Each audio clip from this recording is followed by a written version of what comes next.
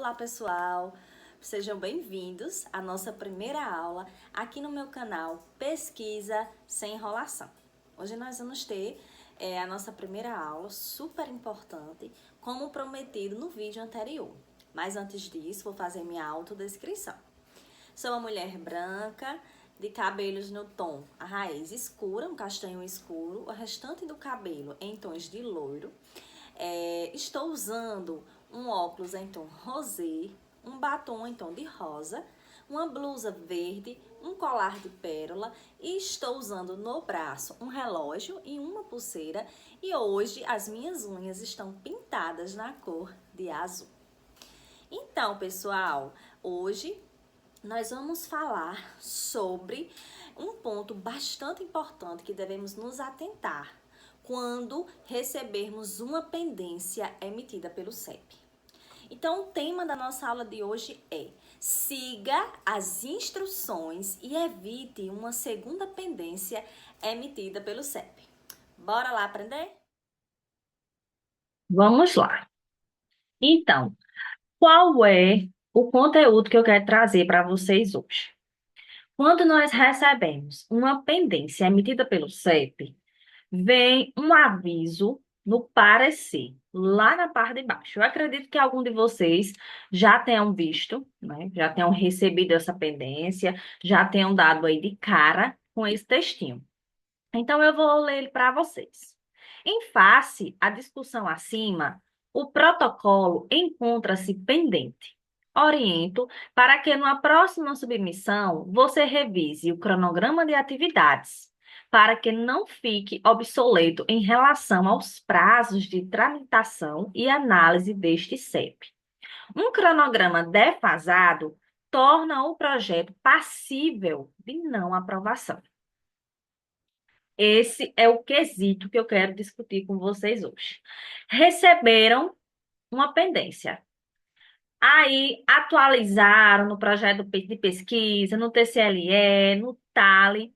Porém, quando você enviou esse projeto de pesquisa para o CEP, você enviou aqui no mês de agosto e disse que no mês de setembro iniciaria a sua pesquisa. Porém, o seu projeto retornou com uma pendência. E agora? Se teve uma pendência emitida, você só pode ir a campo quando o seu projeto for aprovado. Não é isso? Então, mesmo você atualizando tudo, todos os materiais, e não atualizando este cronograma, que você iria fazer essa pesquisa de campo em setembro, porém você ainda está enviando essa pendência em final de agosto ou início de setembro, e não vai dar tempo chegar esse retorno antes do seu campo. Você tem que colocar esse campo de pesquisa ou para outubro ou para novembro. Tem que se atentar ao calendário de cada CEP, o CEP da sua instituição. Então, isso é motivo do seu projeto ser reprovado, não ser aprovado, certo? Então, por isso que é importante se atentar, a esse cronograma de atividades. Tá certo, pessoal? E aí eu vou mostrar para vocês aqui um cronograma, de atividades e dar algumas ideias, algumas opções para que vocês pensem em relação a essa atualização. Então, pessoal, aqui é o nosso cronograma de execução. Vocês podem perceber que ele não está na sequência, porque a própria plataforma, assim, com a experiência que eu tenho com ela, ela não deixa, né, esse cronograma ficar numa sequência. Aqui, primeiramente, era para ser envio para o comitê de ética, porém, lá em cima está a coleta de dados. Foi colocado assim, Helena, primeiramente envio? Foi, mas não ficou na sequência. Em segundo lugar, vocês podem estar visualizando, antes da gente começar, que não está presente aqui a questão do levantamento bibliográfico. Por quê? Geralmente, começamos esse levantamento bibliográfico antes desse envio para o Comitê de Ética. Então, é uma data passada. O CEP, nessa plataforma Brasil, ela não aceita datas que se passaram. Aceitam datas de quê? Do hoje e do que está por vir. Então, se você quiser colocar esse seu referencial teórico, essa questão do levantamento, de quando foi feito, você tem que colocar uma data do hoje, né? Pode, Helena, pode colocar a data do hoje. Porém, você já colocou lá no seu projeto de pesquisa que foi iniciado em tal mês. Tem algum problema? Não tem. A questão é que a própria plataforma ela não aceita que coloque essa data passada. Então, no projeto, você pode colocar, certo? A data real, um mês real que você iniciou. E quando vir aqui para a plataforma Brasil, você coloca a data de hoje. Por quê? De hoje, do dia que você está fazendo essa submissão. Porque já vai dar a entender que é própria da plataforma e não aceitar datas passadas. Ok? Então, primeiro aqui nós colocamos o envio para o Comitê de Ética, que foi do dia 24 de agosto de 2024 até o dia 27 do 8. Por que, Helena, 27 do 8? Data final que o SEB dessa instituição deu para a submissão do projeto. Helena, se eu fizer hoje, quiser terminar hoje, posso botar a mesma data? Pode botar a mesma data, 24, 24. Ou então a data final, a última data que o SEB deu para enviar os projetos. Ok? Segundo momento, qualificação do projeto. Essa qualificação do projeto aqui está, 24 do 8 a 24 do 8. Aconteceu neste dia, acabou neste dia.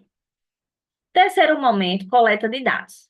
Vamos ter um pouco de atenção aqui nessa coleta de dados, porque ela se refere, né, essa atualização que deve ser feita para que o seu projeto não seja reprovado, e sim aprovado. Então, a coleta de dados aqui, esse pesquisador indicou 7 do 11 a 13 do 12. Ele enviou para o CEP em agosto, iria ter o retorno em setembro, mas prefere fazer essa pesquisa de campo em novembro, tranquilamente. Se chegar uma pendência para ele aqui, em setembro, ele não vai precisar atualizar esses dados referentes à pesquisa dele, certo? Por quê? Porque a pesquisa de campo dele só vai iniciar em novembro. Porém, se você coloca hoje, 24 do 8, e no mês de setembro você já coloca que vai começar a pesquisa, eu submeti em 24 do 8, recebo esse parecer, por exemplo, 20 de setembro, e coloco que vou para campo dia 28 de setembro. Tudo bem, pode colocar. Mas se você receber um parecer de pendência, você tem que se atentar a essa mudança. Você tem que colocar um mês para frente da coleta, tem que organizar essa análise, né? Tem que fazer toda a organização no seu cronograma. O que é que eu sempre deixo em aberto? Você pode usar essa tática, esse método normal, certo? Como você pode colocar para outubro. Se você coloca aqui agosto, manda para o CEP, recebe em setembro, mas fica, será, meu Deus, que vai dar tudo certo para me receber esse parecer aprovado? Você coloca essa pesquisa para final de outubro. Por quê? Pode dar tempo de retornar antes de outubro, antes do dia do final de outubro, e tá tudo bem com o seu cronograma, você não precisa atualizar ele novamente, ok? É um ponto que deve ser, que você deve se atentar. É a esse cronograma de execução. Assim como eu já falei nos outros pontos, análise de dados, respostas às pendências, que é muito importante você colocar esse tópico aqui. Geralmente nós não colocamos, né? Nós não vemos pessoas falando sobre colocar, mas eu sempre coloco aqui, eu sempre recomendo, né? Não é a Helena que coloca, é a Helena que recomenda. Respostas às pendências ao CEP. Por quê? Se veio uma pendência, é interessante que você indique, né, o mês que veio, não o mês que você vai enviar isso. Então, a pendência aqui veio no dia, a gente respondeu no dia 17 de setembro e terminou de responder no mesmo dia. Outro ponto aqui importante, que eu também não via com frequência nesses cronogramas, era a importância de você deixar claro que vai enviar o relatório parcial e final. Que datas são essas?